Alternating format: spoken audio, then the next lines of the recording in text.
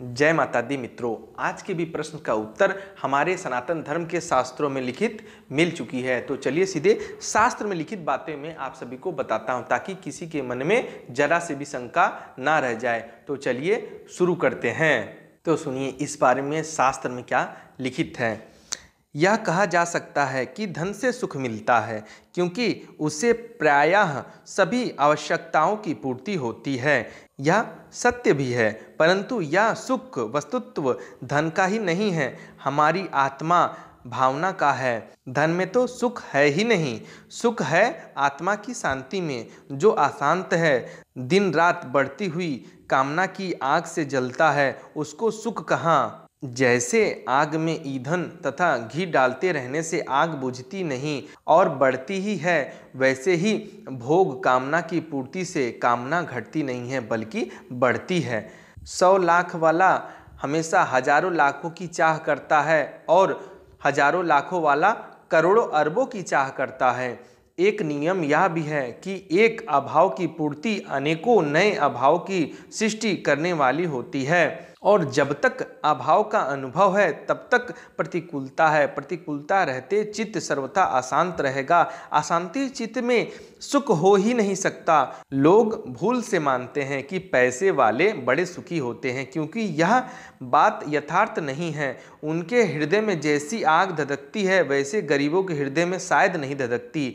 इसका अनुमान मुक्त भोगी ही कर सकता है। तो सुना आप सबने। समझने वाली बात यह है कि भगवान कहते हैं कि जो हजारों का सपना देखता है उसके बाद वो करोड़ों को देखता है, फिर करोड़ों को देखने के बाद अरबों का सोचता है। इसी प्रकार उसकी इच्छा कभी कम नहीं होती, उल्टा बढ़ती जाती है। तो इसमें आपका ही घाटा है। देखिए असली सुख तो आत्मा की शांति का है, जो कि पैसे से खरीदी नहीं जा सकती। देखिए जो शास्त्रों में लिखित है कि जैसी आग एक पैसे वाला के मन में धधकती है वैसा शायद गरीब के मन में नहीं धधकती है। यानी जैसा दुख अमीर के अंदर होता है वैसा दुख गरीब के अंदर नहीं होता। गरीब तो केवल पैसे से गरीब होता है, लेकिन एक अमीर व्यक्ति के मन में बहुत सारे दुख होते हैं। जब आप उनसे मिले ही नहीं, आप उनसे बातें ही नहीं किए, तो आपको पैसा का सुख दिख रहा है, गाड़ी बंगला घोड़ा यही सब दिख रहा है आपको। बाकी अंतर आत्मा को आप थोड़ी पहचानते हैं। बाहरी दिखावा तो आजकल का इंसान बहुत ही चालाकी से कर सकता है। छोटे छोटे बच्चे दिखावा कर रहे हैं इस समय, तो हम मनुष्य क्यों पीछे रहें।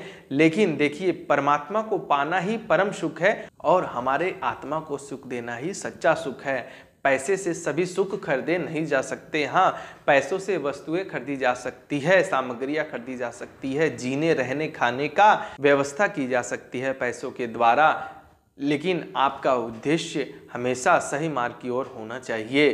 कभी भी अगर भगवान आपको दुख में डालते हैं तो ये नहीं सोचना चाहिए कि भगवान ने मेरे साथ ऐसा क्यों किया, औरों के साथ ऐसा क्यों नहीं किया। तो ये बात आपके मन में नहीं आनी चाहिए। देखिए भगवान सबका भला सोचते हैं, किसी का बुरा भगवान नहीं सोचते। हाँ, जो गलत कर्म करते हैं, जो बुरे कर्म करते हैं, उनका तो ऊपर वाला देखता है, उसका कैटेगरी अलग है। लेकिन हम मनुष्य जो साधारण जीवन जीते हैं उसकी श्रेणी बिल्कुल ही अलग है। तो कोशिश ये करें कि परमात्मा अगर आपको नरक में भी ढकेलते हैं तो आपको बैकुंठ की ओर नहीं देखना चाहिए। यानी अगर परमात्मा नरक में भेजते हैं तो आपको स्वर्ग की ओर नहीं ताकना चाहिए। परमात्मा जो कुछ करते हैं आपकी भली के लिए करते हैं। जो आपके भाग्य में लिखा हुआ है उसे आपसे कोई छीन नहीं सकता। इस बात को तो आप गांठ बांध लीजिए। परमात्मा की भक्ति करने में कोई भी बुराई नहीं है, कोई भी दिक्कत नहीं है, कोई भी परेशानी नहीं है। आप अपने जीवन का अनमोल समय निकाल के कुछ समय परमात्मा की भक्ति में अवश्य दें, क्योंकि ये मनुष्य योनि इतनी आसानी से प्राप्त नहीं होती है। मैं बार बार बोलते बोलते थक जाता हूँ कि सभी लोग भक्ति करें, सभी लोग आराधना करें, भगवान का नाम का स्मरण करें, ताकि आप भगवान को प्राप्त कर सके और आपका ये जीवन जो मनुष्य योनि मिला है वो सफल हो सके।